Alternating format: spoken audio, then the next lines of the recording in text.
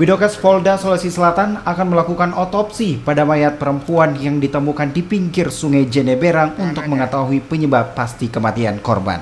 Hal ini dilakukan lantaran dari hasil pemeriksaan luar, tim forensik kedokteran kepolisian Bidokes Polda Sulawesi Selatan menemukan adanya tanda-tanda kekerasan pada bagian wajah dan tubuh korban. Ya, jadi untuk rencana otopsi kita memang sudah ada permintaan otopsi oleh penyidik. Jadi sambil menunggu keluarga, nanti untuk rencana otopsi kita rencanakan. Untuk kapan rencana keluar? Untuk sampai saat ini kita belum ada rencana pastinya kapan, makanya jenazahnya sementara kita simpan di dalam kamar jenazah.